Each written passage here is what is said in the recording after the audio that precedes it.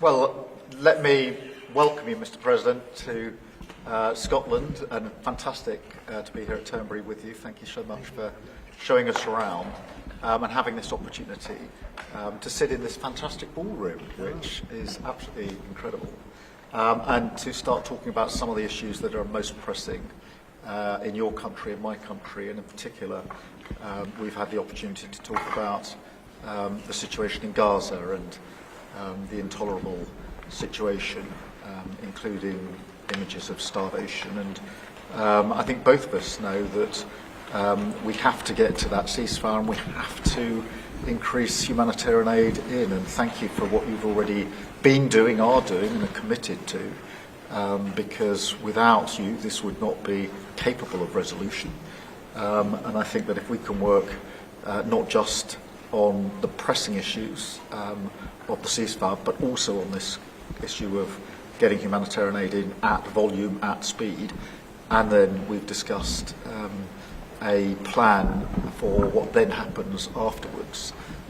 I think we can do our very best to alleviate what is an awful situation at the moment. So thank you very much for the discussion we've had so far and the discussion we're about to continue on that really important issue. But it's fantastic to be here. Thank you for your hospitality and to see this amazing golf course.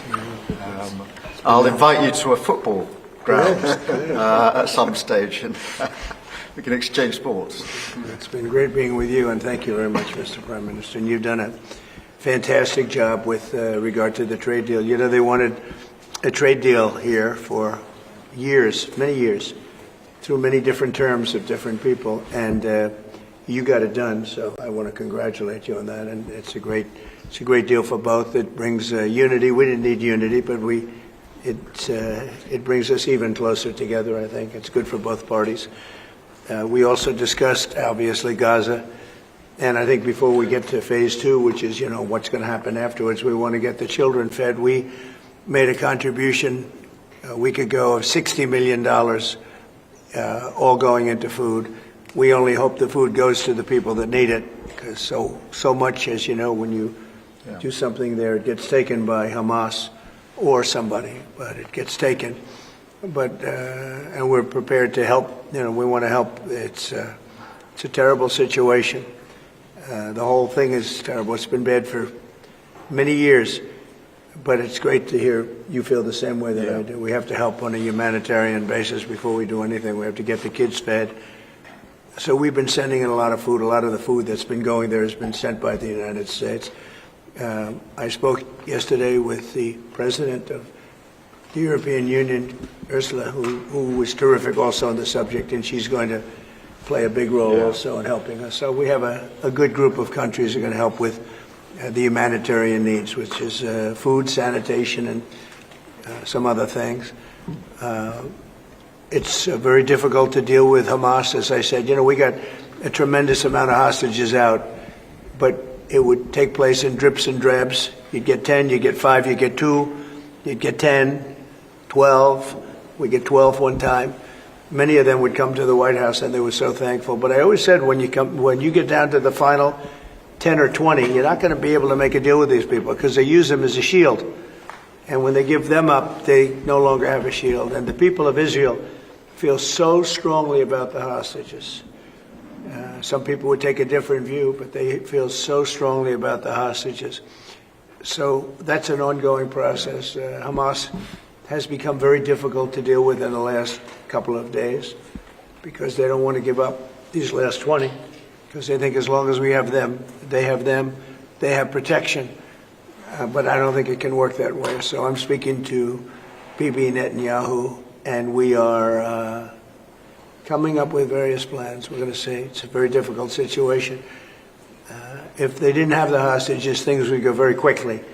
But they do, and we know where they have them in some cases, and you don't want to go riding roughshod over that area, because that means those hostages will be killed. Now, there are some people that would say, well, that's the price you pay, but we don't like to say that. We don't want to say that. And I don't think the people of Israel want to say that either, which is pretty amazing. A lot of people would say, just get it done and whatever it is. You could also say speed might be better for the hostages. You go through, with speed, you may have a better chance because they're in deep trouble. They're in deep trouble. You saw October 7th, and you saw what the damage and the horror that they committed. People can't forget that. They tend to forget it, but they can't forget. That was one of the most evil things I've ever seen. And you just cannot forget that. So we're very much involved. The Prime Minister's involved. I'm involved. And I think I can speak. We just signed a very big trade deal, the biggest of them all yesterday, right? And the European Union is very much involved in wanting to help with the Palestinians in terms of getting people fed. But the area of Gaza, another way of defining it is the area of Gaza. It's a very troubled place, and it has been for many, many years. It has been for many decades. So it's not like this just happened. This has been going on for a long period of time. So that's it. Our hearts are in the right place. We have some good news because the recent war that you just saw, they just announced, I see, the newest of the 5, now this would be 6 that we've stopped. I've stopped 6 wars in the last, I'm averaging about a war a month, but the last 3 were very close together. India and Pakistan and a lot of them. Congo was just done, Rwanda was just done. But you probably know, I won't go into it very much because I don't know the final numbers yet. I don't know. Numerous people were killed, and I was dealing with 2 countries that we get along with very well, very different countries from certain standpoints. They've been fighting for 500 years, intermittently, and we solved that war. You probably saw it just came out over the wire, so we solved it through trade. I said, I don't want to trade with anybody that's killing each other, so we just got that one solved. And I'm going to call the 2 prime ministers who I got along with very, very well and speak to them right after this meeting and congratulate them. But it was an honor to be involved, and that was going to be a very nasty war. Those wars have been very, very nasty. So we've done a lot of good work. We've had great support from the Prime Minister anytime we needed help, anytime we needed any form of support. You've been there. We appreciate it very much. And we're going to continue onward. We do have to take care of the humanitarian needs on what they used to call the Gaza Strip. You don't hear that line too much anymore. You don't hear the Gaza Strip.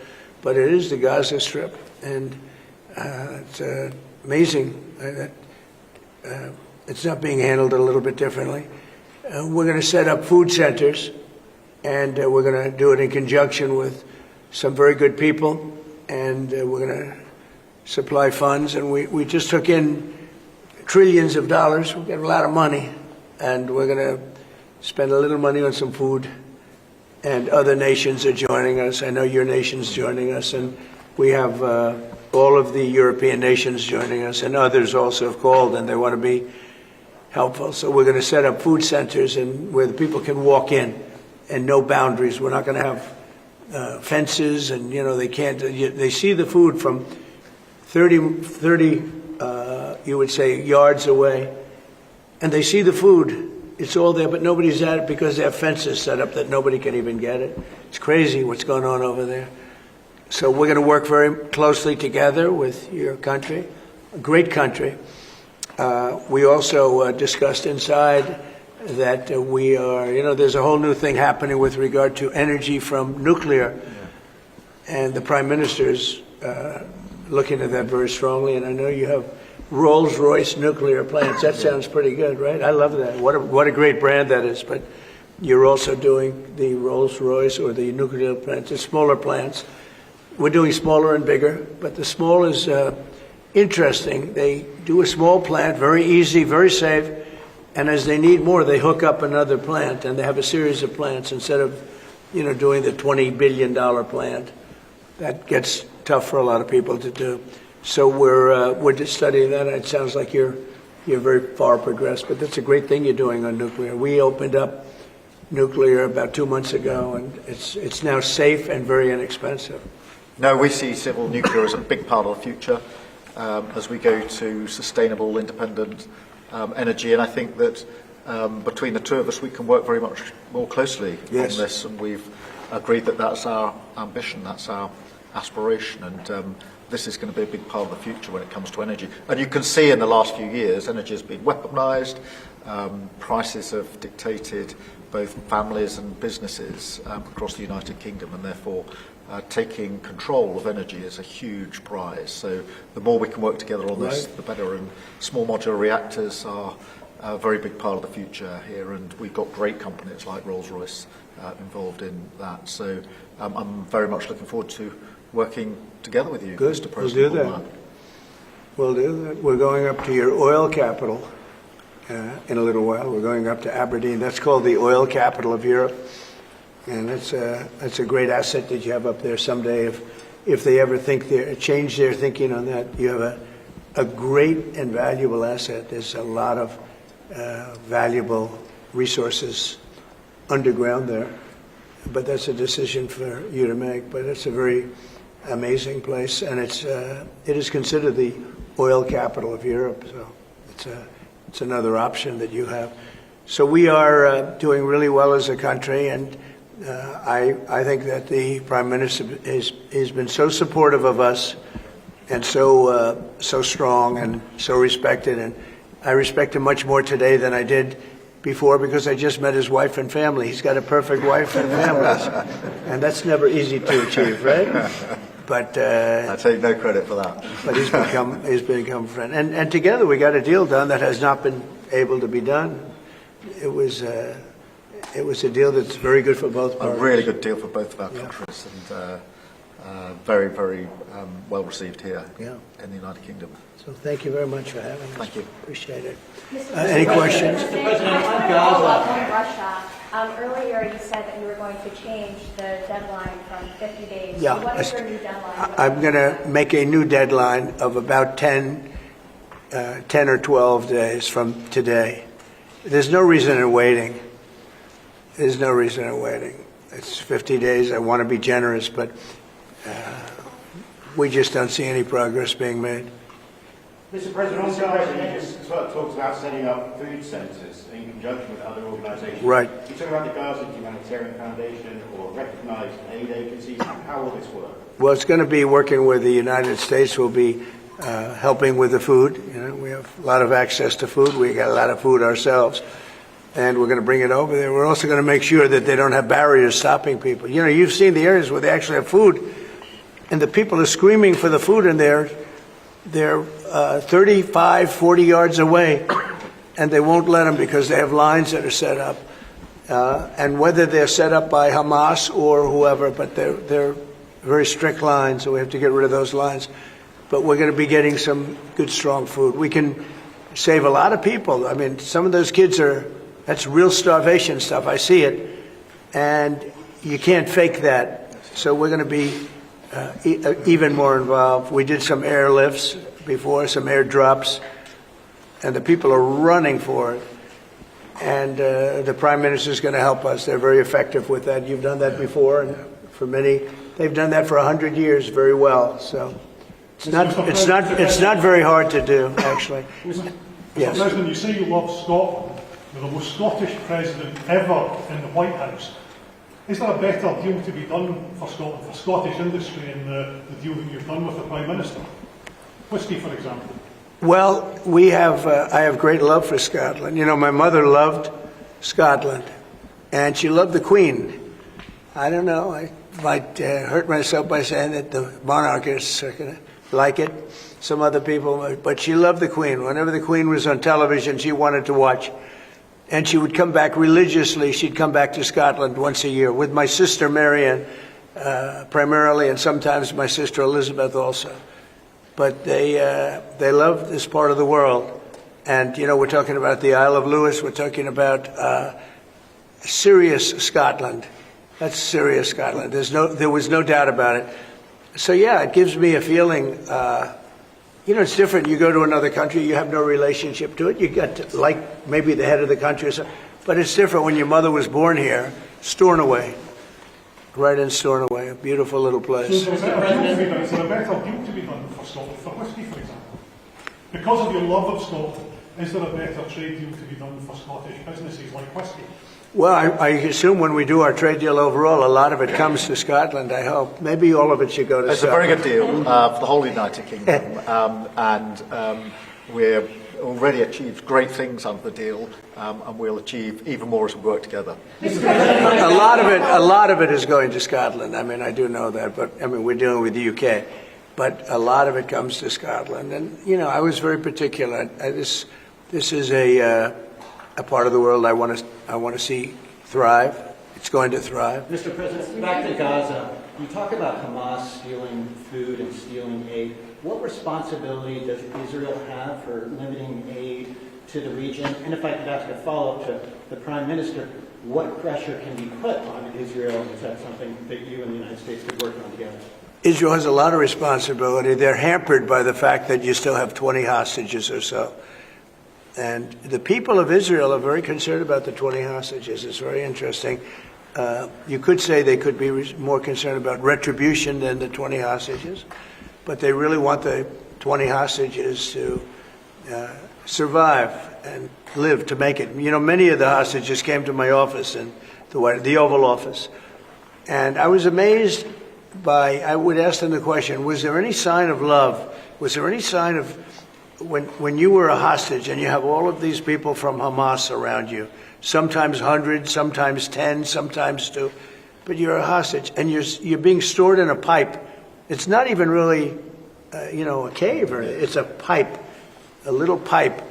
And some said they didn't think they were going to make it because they were losing air. There wasn't enough air, and they'd open up the pipe just in time, but they didn't do it on purpose. They just happened to open it. They got lucky. But I said, did they ever wink at you and say, like, don't worry, you're going to be okay? Did they ever give you some extra food, even if it was a piece of bread? Did they ever give you anything during that time? And some were there for 400 or 500 days now, right? It's a long time, a year and a half, more than that.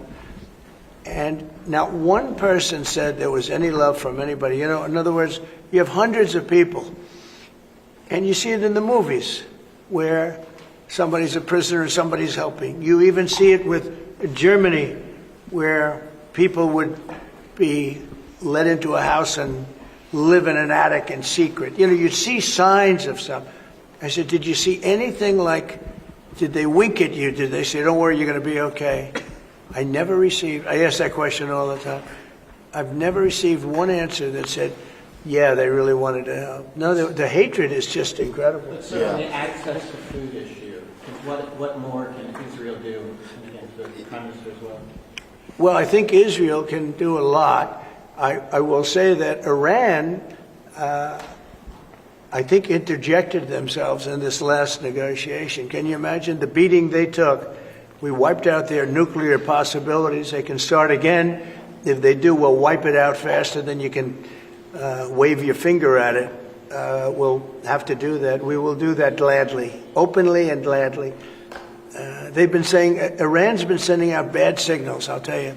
For a country that just got wiped out, they've been sending very bad signals, very nasty signals. And they shouldn't be doing that. They shouldn't be doing that. They were talking about things that they shouldn't be talking about. They were interviewed on a recent show, and the foreign minister saying things that he shouldn't be talking about, shouldn't be saying. And I think they got involved in this negotiation, telling Hamas and giving Hamas signals and orders, and that's not good. That's not good. I would say, look, we need to get the hostages out. They've been held for a very, very long time, and we must always start from there.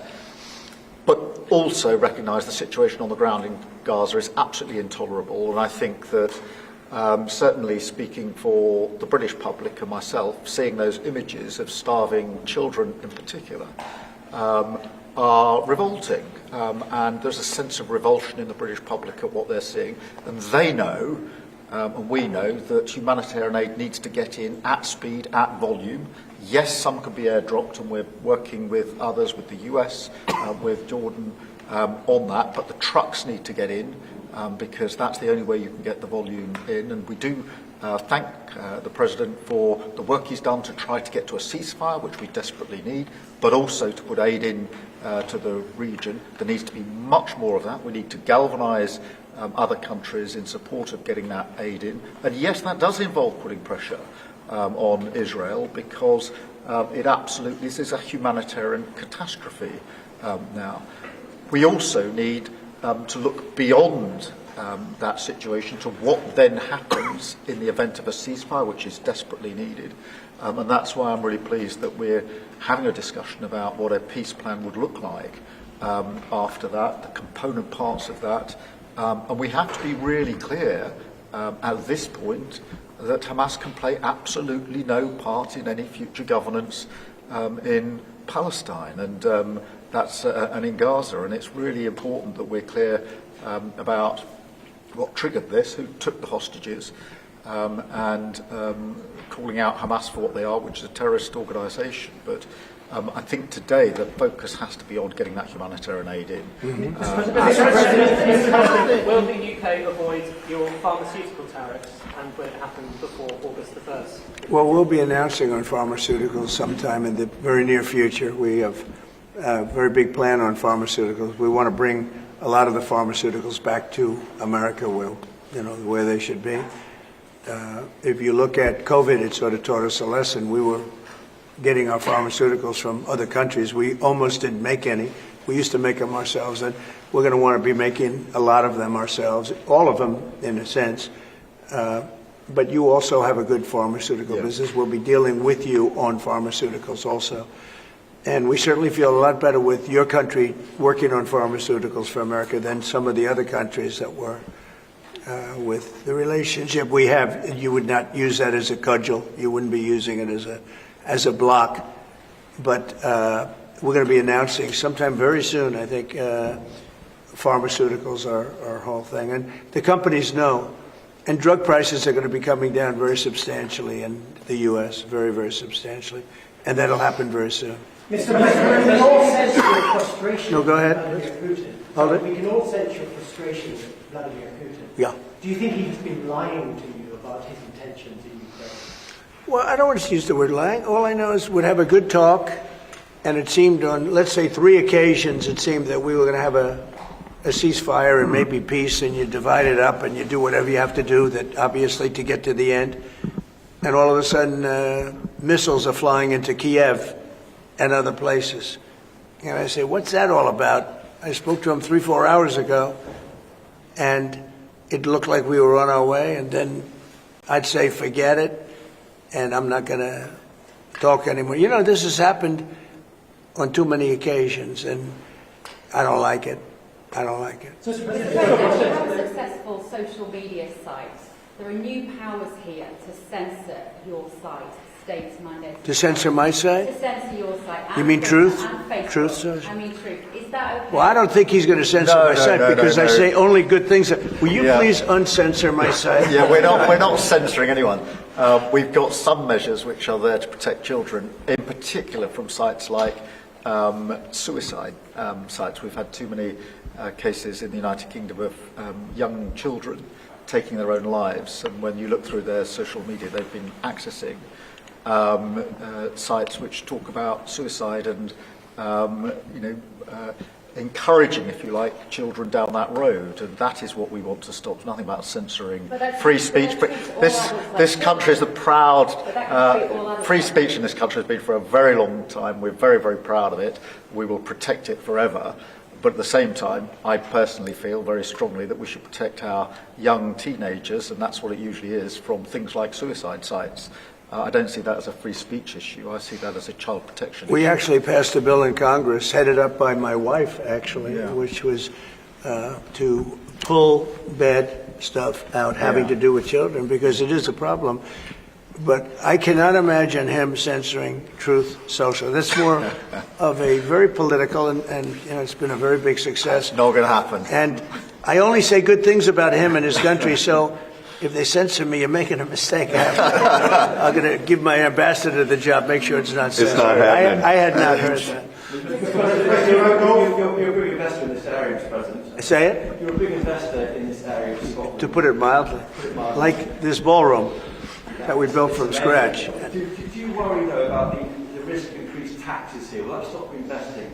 And do you have a message last night on the soccer to the English Lionesses who won the European trophy? So I think that I have a theory that low taxes bring growth. We just passed a big tax cut bill, the biggest bill in the history of our country, actually. And one big beautiful bill. I used to call it the great one big beautiful. We took the word great out, but it's actually called the one big beautiful bill. It's essentially a very large tax cut bill for everybody. And our country's pretty soon, I think I can say it right now, our country has never done better. We had a country that was dead. It was dead 6 months ago, a year ago.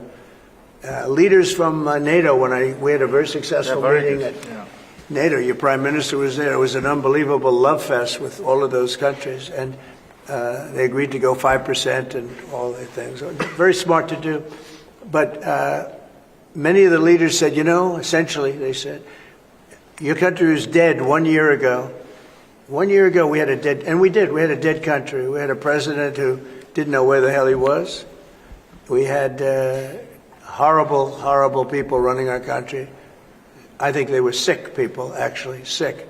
You talk about censorship. Those are big. That's all they did was censor, and they didn't know what to do. And they had high taxes. They wanted more tax, total censorship, transgender for everybody, men playing in women's sports, everything bad they wanted, and they still do. That's what they still do. That's why they're down at 15% or something. I saw it today, the lowest that the other part of the Democrats have ever been. But no, I find that when you lower taxes, you get growth. I will say this, and the Prime Minister hasn't been here very long, in all fairness. I think he'll be a tax cutter. But I find that as we cut taxes, we did more business. In my first tax bill, we cut taxes from 39% down to 22%. And we ended up at the end of the first year, when it was still a little raw, we ended up taking in much more revenue than we did at 39%. It was pretty amazing. And we're taking in a lot of revenue right now. And this was an additional tax cut. So I find, for whatever it's worth, tax cuts are very good. Mr. President, you moved up the deadline. It's now 10 or 12 days. Is the sanction the same, that you're going to slap a 100% tariff on anybody who does business with Russia? So what I'm doing is we're going to do secondary sanctions, unless we make a deal. And we might make a deal. I don't know. You don't know. It's we've done so many peace deals. This is the one I started out with. And, I know President Putin called me. He wanted to know if I could help him with Iran. I said, no, I don't need your help with Iran. I need your help with Russia. And so that's the one deal that continues to linger. And, we're losing 5,000. They're losing. I'm not losing. You're not losing. But 5,000 Russian and Ukrainian kids a week are dying. And that's not mentioning the people that are dying also in towns where, he's lobbing missiles into certain towns like Kiev. And he's got to make a deal. It's too many people are dying. It's a really bloody war. And the 5 is now, they're really telling me that number is obsolete. It's like 7. That's terrible. So you have 7,000 Russian and Ukrainian soldiers dying every single week for no reason whatsoever. So you would think, based on common sense, you would think he'd want to make a deal. We'll find out. No communication with Israel publicly. Have you had any other through any channels conversations with the Russians reiterating this? In what? Reiterating this new pressure and deadline. We're going to have you're the press. I'm reiterating it to you. I'd say 10 to 12 days. I'll announce it probably tonight or tomorrow. But there's no reason to wait. If you know what the answer is going to be, why wait?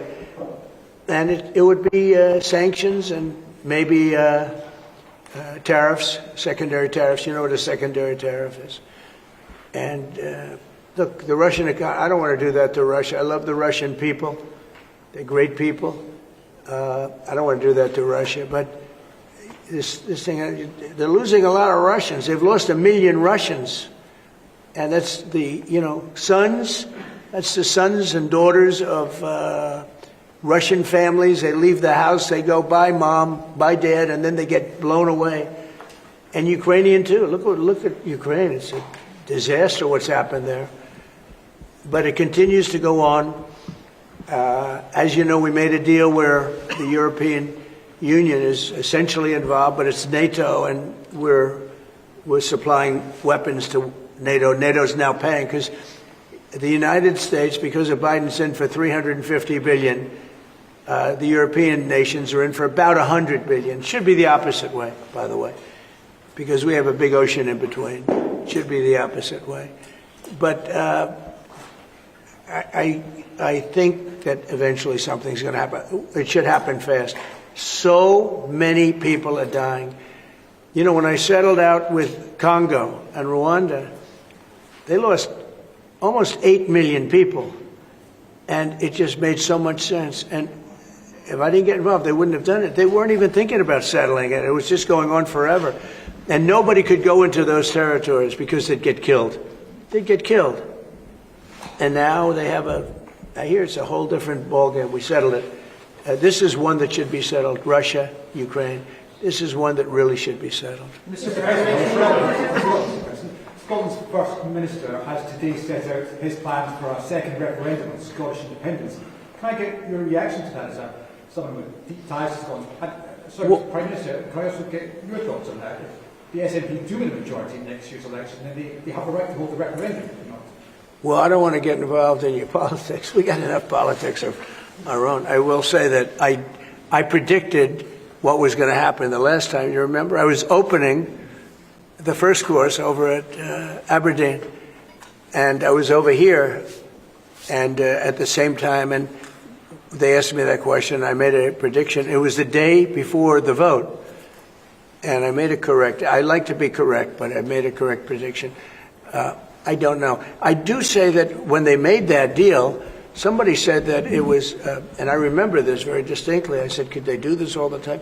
There was a little bit of a restriction, like 50 or 75 years before you could take another vote. Because, you know, a country can't go through that too much. I don't know the First Minister, but I've heard great things about him. I've spoken to him. I hear very good things about him, and I'm meeting him today. So maybe I'll have a better opinion then. And let me answer that straightforwardly, because I believe in a stronger Scotland, in a better United Kingdom. And I think that at a time like this, when it's quite clear that there's uncertainty and volatility around the world, the strength of the United Kingdom together is very important for all four nations, very important for Scotland. And that should be our priority, that should be our focus, not on the politics, which feels like the politics of yesteryear now, at a time like this. And I think that the First Minister should probably focus more on his delivery in Scotland than on his constitutional issues, and we might have a better health service in Scotland. But at a time like this, I think the United Kingdom is always stronger as four nations. I think that's better for all four nations. I think that's how Scotland is stronger. Look at the deal that we've been able to do with the United States, a really important deal that we made just months ago. That is what the United Kingdom can do when we act as a powerful set of four nations together, and there are very many other examples. Mr. President, you toured the Federal Reserve last week, and I you're did. set to meet this week. Do you think your visit has inspired a potential rate cut, or how do you see things shaping out this week? Well, it's interesting. I did tour it. I toured the building. Yes. And if you looked at this building, if you came here like 14, 15 years ago, we've had it a long time. It's been an honor to have Turnberry. But I was on much more opulent walls, ceilings, floors. We had to do this. And we did a very great job. I mean, you see how beautiful it is inside. Everything was saved. Everything was preserved. We had ceilings that were in bad shape. They were falling down. You know, it's very old. Wasn't properly maintained. Now it's brand new and beautiful. And we saved everything. If you really think here, you took a look and you were sort of commenting the coloring. Now, this is a brand new building. But if you look outside, it's equally opulent and beautiful, and we didn't do that by spending, hundreds of millions of dollars in surrounding a railing underneath the area that you're painting. I mean, I've never seen anything like it. Brand new, beautiful plywood, very expensive, wrapped around a figurine or a railing to preserve it. But you don't have to do that. You can just wrap a cloth, they call it a blanket, and you don't even have to do that if you're careful when you're doing the ceiling. But I don't know what they did. They'd take down a ceiling and put up a new ceiling, and the new ceiling had no opulence to it. Or they'd fix the ceiling. But I would say that all I need is a good plaster and a can of paint. And, you know, they spent $3.9 billion.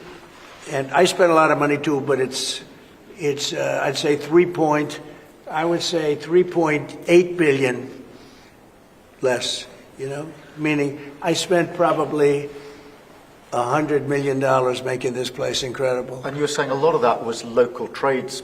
I used local We were trades. looking at the windows, I think, in the next room. I had local trades do a lot of this. We have the most opulent windows next door, and I had a choice. Do I take them out? And, you know, they've suffered through 125 years of storms. You have very big storms in this area. When you have a storm, you have a storm. We do it properly. And they made it, barely, but they were in bad shape. So I had some local people come up and we looked at them. You have some great craftsmen here, I think is what you're getting at. And they said, sir, honestly, they've had it. We can copy it and do it much better. And they did. If you take a look at the windows in the various dining rooms, they're magnificent.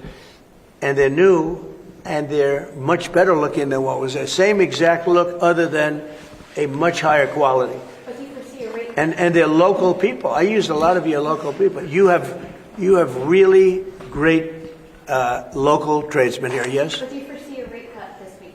Do you expect A rate cut? Yeah, do you Meaning a tax cut? No. Do you expect the Fed to cut rates this week? Oh, I think he has to. You had 11 cuts, you know? In Europe, they had 11 cuts. In other places, they had 10 or 11 cuts. And we had none, but I'm not going to say anything bad. You know, we're doing so well, even without the rate cut. With the rate cut, it would be better. It affects our housing a little bit. Look, we should be 3 points lower. Each point is $360 billion. Can you imagine that? That's big numbers. Each point, 1 point of cut, is the equivalent of $360 billion in savings. That's big stuff, you know. Those are big numbers in the U.S. Everything's big. He should cut. A smart person would cut. You know, he leaves very soon, so it's like one of those things. But I'll miss him greatly. I'll miss him. On Turnberry, if I may, have you or will you enlist the Prime Minister in your effort to bring the open back to Turnberry? And Prime Minister, you described this beautiful course. Do you agree with the President that it's time to bring the open back to Turnberry? Well, as you know, that's not a matter directly for me. That's for the sporting authorities. But look, I mean, it is first time I've been here. It's absolutely magnificent, both inside and out, and looking at the courses itself and the building. It's incredible. But the decision on the Open is not a decision for me, as you'll understand. I should just pick up on the earlier question, because I, for one, will say congratulations to the Lionesses. Last night, our women's football team won the Euros, defended the Euros, I should say, It's a big story. which was a really big success, and the mental and physical resilience that they showed was quite incredible. So It's a big deal. there's a lot of bunting out today and tomorrow to celebrate them bringing that cup home.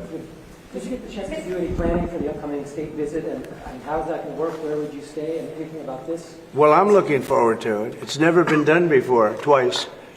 We had our original at Buckingham Palace, and now I guess we're going to Windsor. And it's never been done, and I'm a big fan of King Charles. I've known him for quite a while. He's a great guy, great person. He looks really well to me. He looks great. So we look forward to coming over. It's going to be... It was one of the most beautiful evenings I've ever seen. I hate to say it, but nobody does it like you people in terms of the pomp and ceremony. It's true. And I look forward to being here with the ambassador. Our ambassador is a very, very successful man who just wanted to do this. And I said, how are you going to be able to do that? And he's so committed to, you know, the relationship between the countries. But he's a very great guy and a very, very successful man. So I very much thank you for doing this. Thank you for the honors. Mr. President, will you go to London, or are you worried it's no longer About what? Will you visit London during the state visit? I will. I'm not a fan of your mayor. Why not? I think he's done a terrible job, the mayor of London. But a nasty person. I think he's done. I think he's a friend of mine, actually. No, I think he's done a terrible job. But I would certainly visit London. Yeah. Would you want Parliament to be recalled? So MP Nigel Farage has asked for Parliament to be recalled when you're there. Well, I like Nigel. I mean, Nigel, as you know, is a friend of mine. Nigel's done very well. He's a friend of mine. And Keir's a friend of mine. Would you recall Parliament so that the President can talk to MPs? Well, Parliament's in recess at the time, but look, I do want to be clear. This is an unprecedented and very special state visit.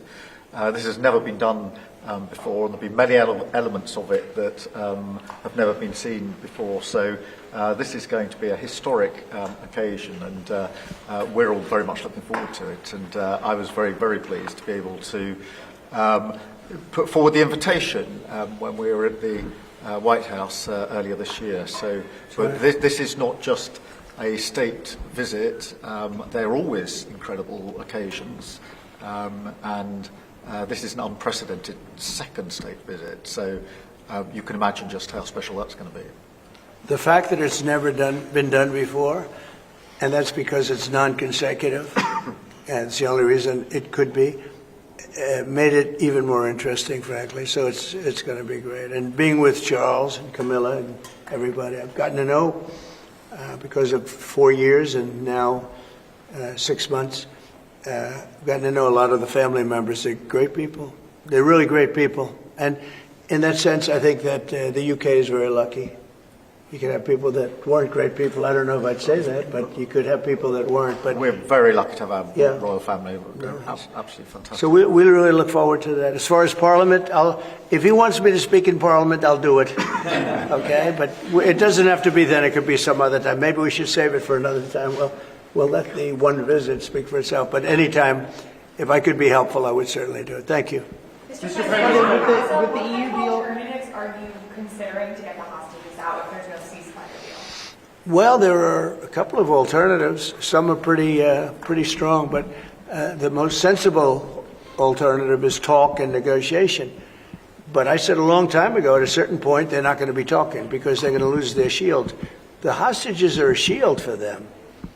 They did horrible things on October 7th, and the hostages are a shield. And I said, you're going to get down a number, and the number's going to be at a point where you're not going to be able to get them back unless you're going to be very energetic, or to put it a different way, unless you're going to be very ruthless and violent. It's a bad situation to be in. Very bad. Mr. President, with the EU deal last night, you talked during the campaign about President Putin respecting you and not helping you have a relationship with him. Do you still feel that way, that he respects you, considering the conversations you've had that have been really nice with you? Yeah. I've always gotten along with President Putin. I have had a great relationship with him. And he went through the Russia hoax, too. I mean, it was, we used to talk about it. We used to say, it's too bad we really can't do anything between our country, because if we did, they'd say, look, I was tough on Putin because I was the one that closed up Nord Stream, and Biden came along and opened it up. I was very tough on Putin in one way, but we got along very well. And I never really thought this would happen. I thought we'd be able to negotiate something, and maybe that'll still happen, but it's very late down the process. So I'm disappointed. And the funny thing is that their economy isn't that big, and it's having a hard time right now, but it's a relatively small economy. A strong military, but strong economy. And it used to be a strong economy. Now it's not. He's going through a lot economically. It's not easy. But it's pretty small, compared to the magnificent size of that land. The land is massive. It's got, I guess, 9 time zones or something. It's a massive piece of land. Russia could be so rich. It could be so rich. It could be thriving like practically no other country. And they're holding that back because we can't. He wants to do trade deals with us. He talks about it all the time. He wanted to. And I envision that a lot of trade with Russia. They have a lot of valuable things. When you talk about rare earth, they have serious rare earth, right? They have just about every form you can have. So, Russia could be so rich right now. Instead, they spend all their money on war. They spend everything on war and killing people, and it doesn't make sense to me. I thought he would want to end this thing quickly. I really felt it was going to end, but every time I think it's going to end, he kills people. Could a meeting help, and are you considering, has been proposed? I don't know. I'm not, I'm not so interested in talking anymore. He talks, we have such nice conversations, such respectful and nice conversations, and then people die the following night with a missile going into a town and hitting, recently, I guess, the nursing home, but they hit other things. Whatever they hit, people die. So, I don't know. We'll see what happens. We've just had a sense of your differences in political persuasion where Nigel Farage and Sadiq Khan came up in conversation. I wonder if you have any advice, either of you, for a very divided, polarised world on how you make your relationship. Not differences, not differences. I happen to like both men. I like this man a lot, and I like Nigel. And, I don't know the politics over here. I don't know where they stand. I would say one is slightly liberal, not that liberal, slightly, and the other one is slightly conservative. But they're both good men. Mr. President. Well, no, we like each other, we respect each other, we get on, and we've both got a great love of our countries, of our families, and therefore there's a huge amount that we have already achieved actually together and will achieve as we go forward leading our respective countries, and of course the relationship between our countries. Donald, we were talking about this morning, that whether it's defence, security, intelligence sharing, it's a close historic relationship. We have fought together in the past. We've always stood together. And I, for one, am very pleased that we've got such a good personal relationship between us. And I think it just shows that even if you come from different political perspectives, different backgrounds, actually there's a huge amount of common ground when it comes to what is in the best interests of our two great countries, and they are two great countries. And I think that because we focus on what's best for our countries, we get along very well, and I'm very pleased that that's the case. Mr. President. Well, I do know he wants to cut taxes as much as he can. And, politics is pretty simple. I assume there's a thing going on between you and Nigel, and it's okay. It's two parties. But generally speaking, the one who cuts taxes the most, the one who gives you the lowest energy prices and the best kind of energy, the one that keeps you out of wars, he's kept you out of wars, but the one that keeps you out of wars, you have a few basics and you can go back 1,000 years, 1,000,000 years, whoever does these things. But low taxes, keep us safe, keep us out of wars, no crime, stop the crime. And in your case, a big immigration component, because I know that your attitude has become strong on immigration, strong on the toughness of immigration. But I think whoever's going to be, I think I won because we had a lousy president, to be honest with you. We had an incompetent president. But I won because I was very strong on immigration. Now, we had inflation. We had sort of a bad economy with this guy. We had a lot of problems. But I focused on immigration more than I did anything else. And I think I won because of immigration. I think I won because of the border. I had a bad border where millions of people were coming in to our country illegally. And as you know, in last month, 0 people came into our country illegally, 0.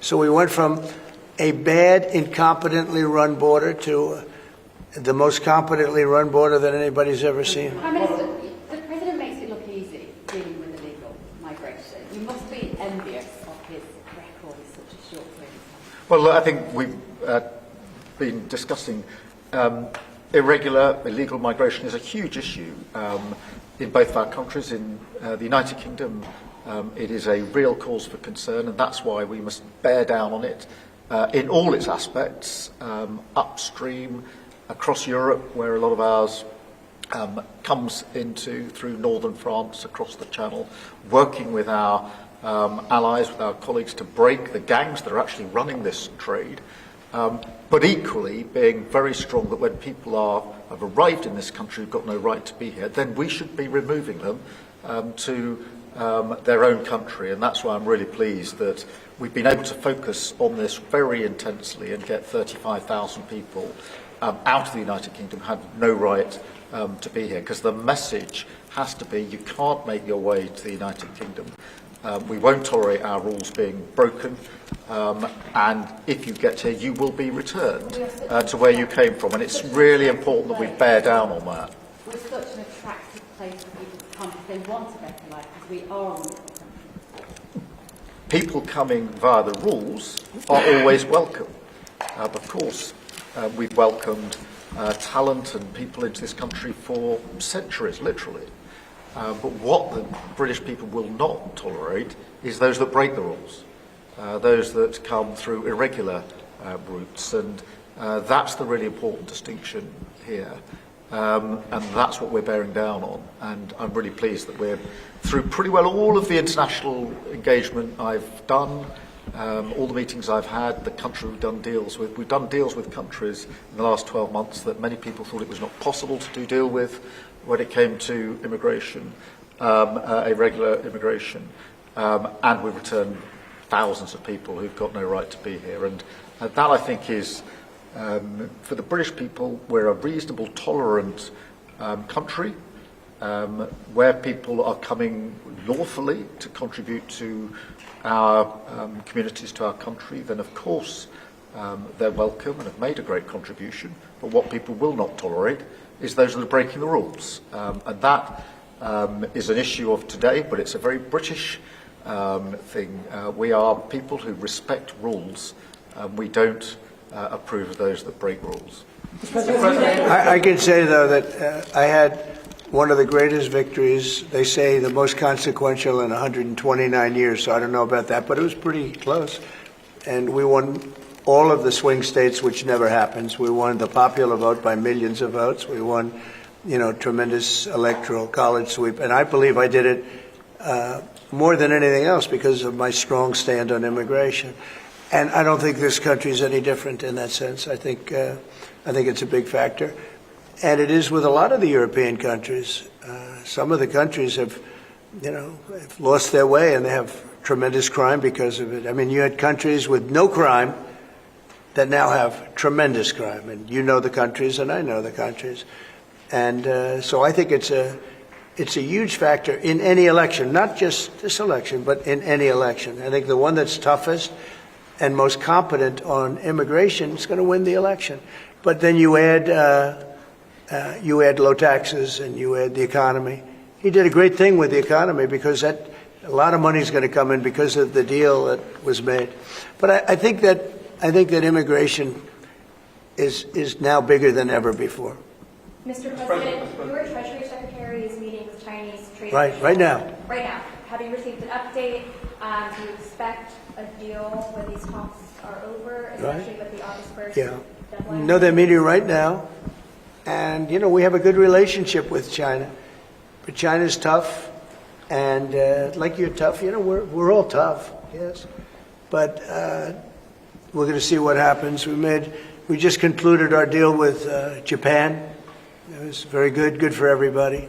We're making, great deals. We're making deals that are good for us, but we want them to be good for everybody. It's important. It's sometimes I'll do something that I shouldn't do because it's not very important for our country, but it's very meaningful for the country on the other side. And I'll let them have that point because it's very important for them. So I don't know, but we've made a lot of deals in the last couple of months. And then ultimately, as you might as well know, we're going to because we have, you have 200 countries, more, but people don't know that. You got a lot of countries. And I wouldn't want to sit down with 200 people and have to deal the way he was calling me all the time. We want this, we got to have that. These are tough negotiators. These are, look, they're smart people, they're tough negotiators. They know what they want. And, but we're going to be setting a tariff for essentially the rest of the world. And that's what they're going to pay if they want to do business in the United States. Because you can't sit down and make 200 deals. But we've made the big ones. We just finished Indonesia. They opened up their country. We just finished Japan. They opened up their country. You know, Japan opened up the country. They were totally closed. They opened up to our cars, even to rice. Rice was a big deal. They would never take anybody else's rice. They're taking rice. But they opened up their country. Philippines, we just finished. They opened up their country. They were very closed. I'd love to see China open up their country. So we're dealing with China right now, as we speak. Yeah, we're dealing with China right now. The deal you've got with the UK is better than one with the European Union. Is that because you think Brexit was a good idea for this country? No, look, you know, we have a very special relationship with this country. Like, you know, my mother was born here. And not only born here, loved it. She'd come back, I told you, religiously every year. And she'd go up to Stornoway and see her relatives. But she loved the country. Yeah, that probably has, it always has an impact. Always has an impact. But, you know, Germany has a new leader, and I think he's terrific. I think you like him too. Yeah, I think he's terrific. My father was born in Germany. Or his Germany was, his parents said, we're just out.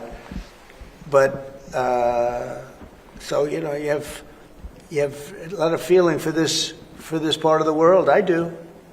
I want to see this part of the world do well. Germany, Scotland, UK. I want this part of the world to do well. All of the nations. You know, you do feel a certain, you have a feeling, a warm feeling toward a part when your parents are born essentially here.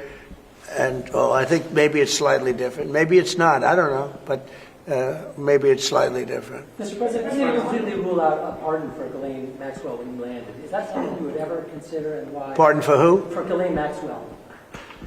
Well, I'm allowed to give her a pardon, Yeah, but you are. nobody's approached me with it. Nobody's asked me about it. It's in the news about that aspect of it, but right now it would be inappropriate to talk about it. So. Mr. President, your opposition to offshore wind is well known. In Scotland, Wind is a disaster. But in Scotland and across the UK, wind farms... I know, it's a shame. It's not his fault. Well, I used to tell Alex Salmon. Have you spoken to the Prime Minister, and will you speak to the First Well, Minister? all I can do is give my way. Look, wind is the most expensive form of energy, and it destroys the beauty of your fields and your plains and your waterways. And look out there. There's no windmills. But if you look in another direction, you see windmills. When we go to Aberdeen, you'll see some of the ugliest windmills you've ever seen. They're the height of a 50-story building. And you can take 1,000 times more energy out of a hole in the ground this big. This big. It's called oil and gas. And you have it there, the North Sea. This big, that nobody would even see. You can take 1,000 times more power because the wind is intermittent, it doesn't work, it's extremely expensive. All the windmills are made in China. They used to be Germany and China, now they're mostly in China. They all come out of China. They say that the blades, which are carbon fiber, you can't bury. Oh, okay, you can't bury. What are you going to do, dump them in the ocean someplace? Because they only last a certain period of time. And remember, a windmill has a life of 8 years, especially when they're out in the salty sea and they start to rot and to rust. You have to replace them. It's very hard to replace them. Wind needs massive subsidy. And you are paying in Scotland and in UK and all over the place where they have massive subsidies to have these ugly monsters all over the place. So I've restricted windmills in the United States. Now, a couple we have, you know, the poor stupid people at the beginning, they approve them, so they have their full approvals. But I've restricted windmills in the United States because they also kill all your birds. You know, they wipe out. You know, it's interesting. If you shoot a bald eagle in the United States, they put you in jail for 5 years. And yet windmills knock out hundreds of them. They don't do anything. You explained that. So it's a very expensive energy. It's a very ugly energy, and we won't allow it in the United States. So we believe in a mix, and obviously oil and gas is going to be with us for a very long time, and that'll be part of the mix. But also wind, solar, increasingly nuclear, which is what we've been discussing this morning, civil nuclear as we go forward. The most important thing for the United Kingdom is that we have control of our energy, and we have energy independence and security, because at the moment, whatever the attributes and facilities in the North Sea, that is sold onto the international market, and we buy it back off the international market. That was a historic mistake in my view.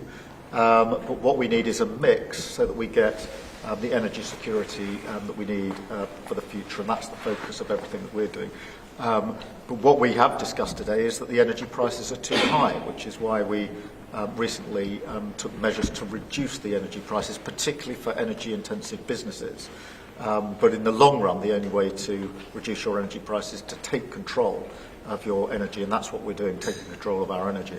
Mr. President, our King Charles, who you're a great friend of, is a big fan of eco-projects, windmills, as you call them. Is he wrong? So King Charles is an environmentalist, I will tell you. And I say that in a positive way, not a negative way. And every time I've met with him, he talked about the environment, how important it is. And I'm all for it. I think that's great. You know, King Charles, more than anything else, loves the country. But I got to know him very well. He truly is an environmentalist. He wants clean air, clean water, you know, all of the things that we all want.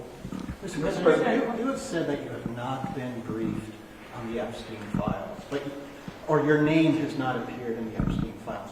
But doesn't the AG have to tell you if your name is... Well, I haven't been overly interested in it. You know, it's a hoax that's been built up way beyond proportion. I can say this, those files were run by the worst scum on earth. They were run by Comey, they were run by Garland, they were run by Biden and all of the people that actually ran the government, including the auto pen. Those files were run for 4 years by those people. If they had anything, I assume they would have released it. The whole thing is a hoax. They ran the files. I was running against somebody that ran the files. If they had something, they would have released. Now, they can easily put something in the files that's a phony. Like, as an example, Christopher Steele, a person you know well, happens to be from your country. But Christopher Steele, as an example, wrote a book, a dossier. We call it the fake news dossier.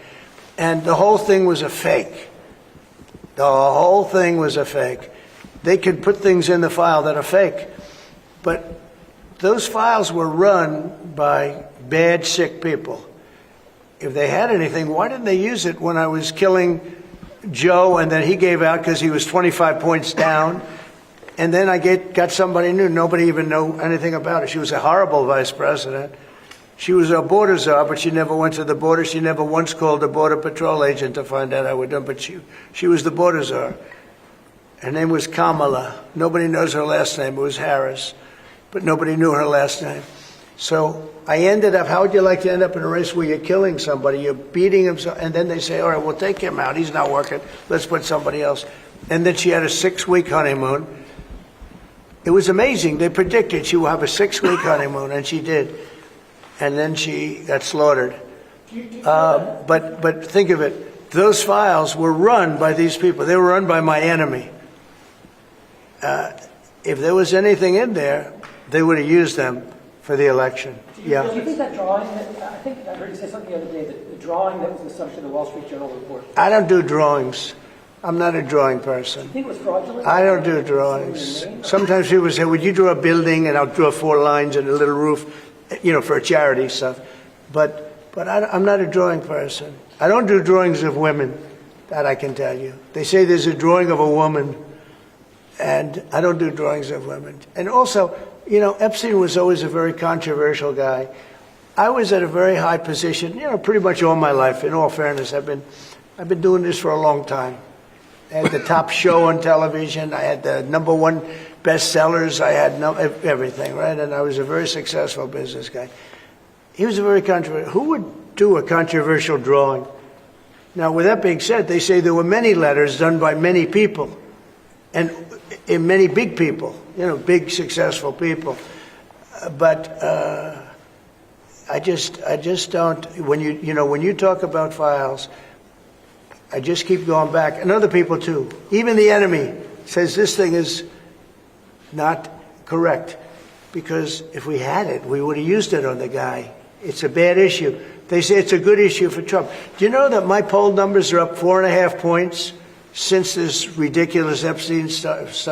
My poll numbers have gone up 4.5 points because people don't buy it. Okay, people don't buy it.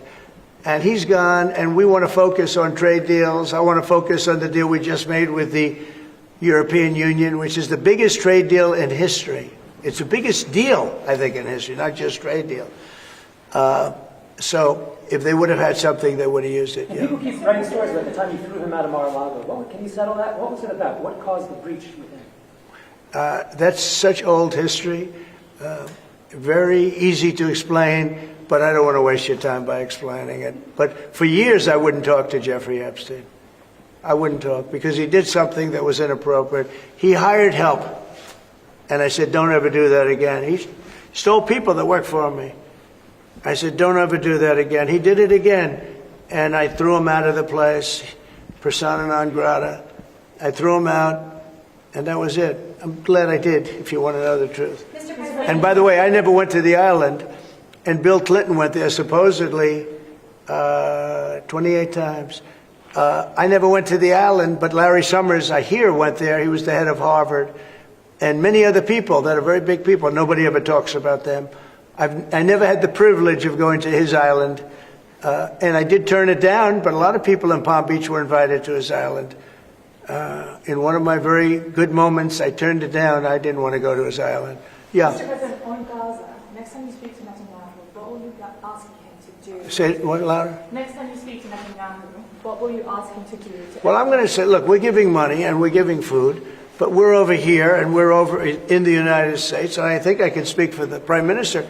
We're giving money and things. He's got to sort of like run it. What should he do? Well, I want them to make sure they get the food. I want to make sure they get the food, every ounce of food. I think you want to say that. Absolutely. It's an absolute point. Because that food isn't being delivered, Mr. President, or at least all of it. you said you were going to set essentially a tariff for the rest of the world. For the world. What percent will that tariff be? I would say it'll be somewhere in the 15 to 20% range. So maybe 15 or 20 or? No, I said, I sort of know, but I just want to be nice. I would say in the range of 15 to 20%. Could you just also think about operate to UK steel? Probably one of those two numbers. It's not, but UK and steel aluminum makers here are worried about the tariffs. Will you do anything to help them here? Aluminum? And steel. You're a pretty big aluminum maker. Right? Yeah, that's already covered in the deal that we've agreed. So we're just doing the implementation of that. But Mr. President, when will that come down from 25% to 0? You mean on the overall, on the world? On steel and aluminum from Britain, it's 25. Well, we're going to know pretty soon. We're going to have it pretty soon. Mr. President, You have no idea that these people are tough negotiators, okay? But we're a big buyer of steel. But we're going to make our own steel. We're going to make our own aluminum for the most part. But we buy a lot of aluminum from right here, and a lot of steel too. Yeah. Who are you with? Who are you with? Because you're asking such nice questions. GB News, Beckton from GB News. Very good. They're lucky. We have a lot of unhappy farmers in this country at the moment, and I'm sure the Prime Minister won't thank you for raising this. We've had changes to inheritance tax, which mean a lot of farmers feel they're going to lose their farms when they die or their farms die. How important are farms to the country? You mean they're going to lose the farm because of estate taxes? Correct. So what I've done... Pay so much, they're cash poor, but they have great... I know. Well, they're cash poor. They're land rich and cash poor. A lot of people are... I've had that too. Sometimes I'm land rich and cash... Sometimes I'm cash rich and land poor. I like it both ways, but as I get older, I like the more conservative route. So I did something that I don't know if you can do, but it was great. I love our farmers. As you know, in our tax bill, we have a clause that's very important. We were losing a lot of farms to the banks because a loving mother and father would die and left their farm to their children or their child, but their children, their family. and they loved their family, and they thought they were doing them a favor, but they had a 50% tax to pay. So the land would get valued, and at a high number, because some of the farms were valuable, but they didn't, they couldn't quantify it. And they'd go out and borrow money to pay the estate tax, or the death tax, as it's called, and they'd overextend, and they'd lose the farm. And they'd commit suicide in many cases. We're seeing that. No. Our levels are nowhere near 50%. They're not. We've just introduced where it's paid over many years. Works out. Well, that's about good. An extra 2% a year over 10 years. So it's not at those levels by any stretch of the imagination. But the other thing that we've done, as you know, is make sure that we've got a pathway for farmers that actually increases their year-on-year income, which is the most important thing. And in all of the deals that we do, we ensure that our farmers are the central focus for much of it, particularly on the agriculture, including in the US deal, because I don't think we can go on for years saying that it's acceptable for farmers to have a year-on-year income which isn't sufficient. We've got to fix that problem. We can't simply live with that problem, so it's a very different situation. Well, we ended the estate tax. There is no estate tax on farmers. So when a parent leaves their farm, because again, a lot of these farms, they don't make a lot of money, but it's a way of life, and they love their way of life, and they love that dirt. That dirt is the most beautiful thing they've ever seen. They love it. I mean, they're farmers. They love doing it. They don't know how to do anything else, but they don't want to do anything else. I speak to farmers. I say, "Would you like to live in my penthouse in Manhattan? It's always beautiful." "No, sir. I want this farm." And what happens is, we were losing a lot of people to suicide. They'd borrow money to pay the estate tax, and they were not able to pay it. And some banks are ruthless; they wouldn't do anything, and they would end up committing suicide. We have totally ended the estate tax in those situations. So there's no estate tax. So when a parent leaves the farm to the kids, they don't have to worry about their local, possibly unfriendly banker coming in and stealing their farm. Back to migration, one of the hot issues in Britain is migrants being housed in hotels and people in the local communities not feeling safe.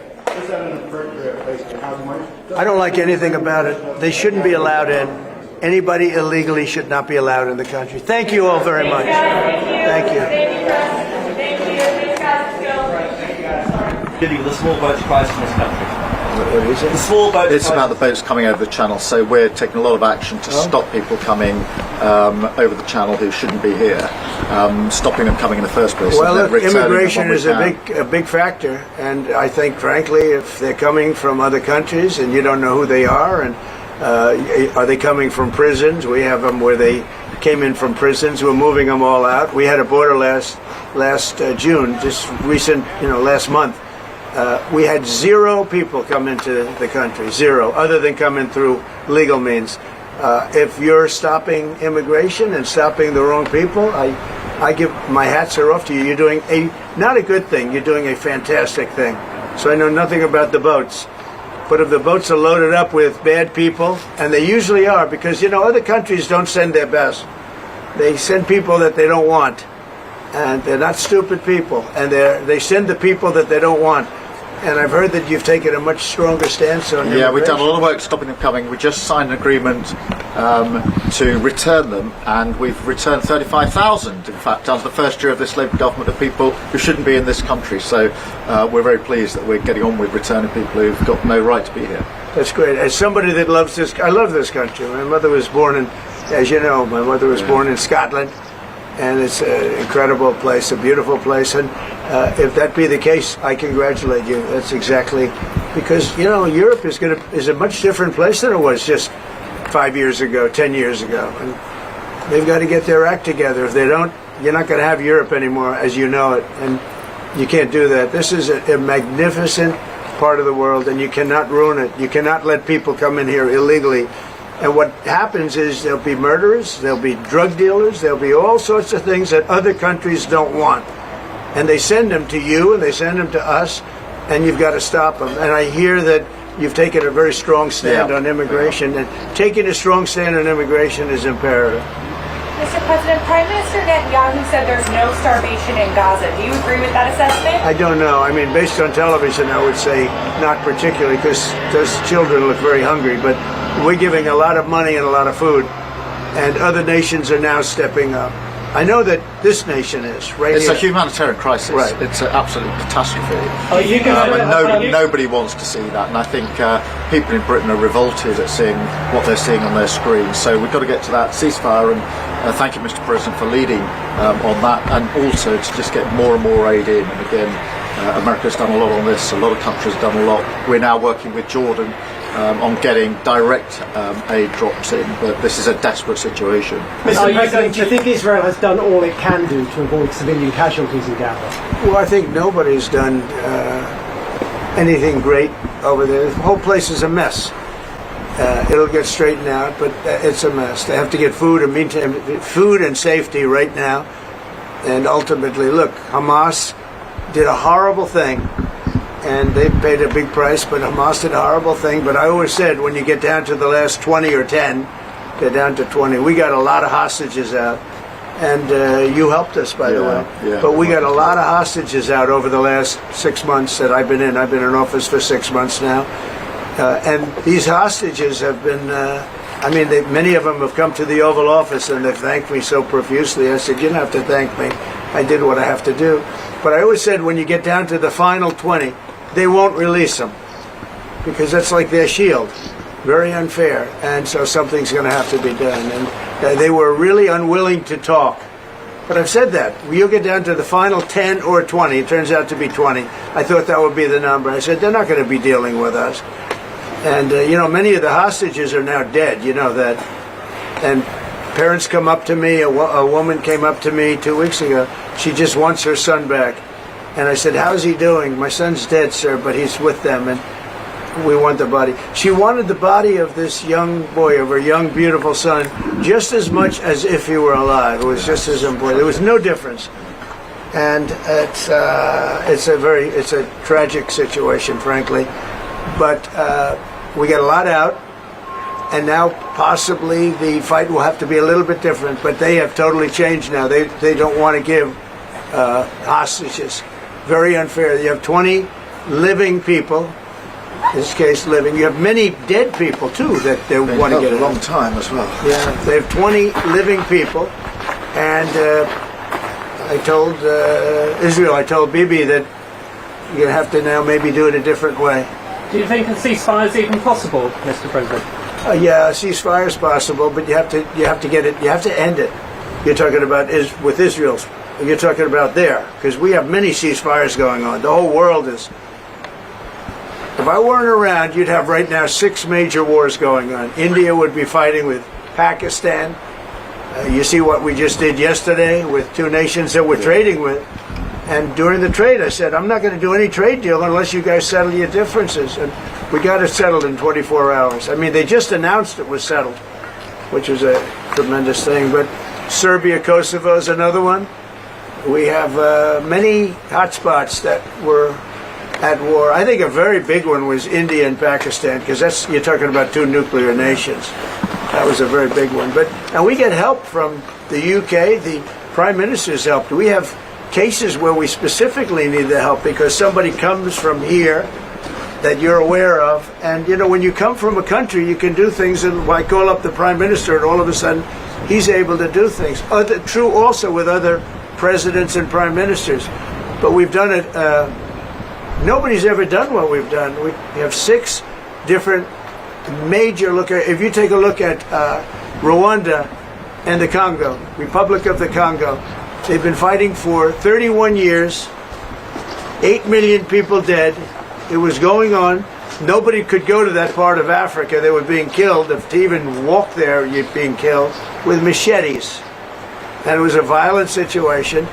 And I was able to, they liked Trump. They wanted to make a trade deal with Trump. They wanted us to take their rare earth. They want to give us their rare earth. And I got to know the leader of the Congo. I got to know both of them indirectly. And I called him. I said, let's end the war.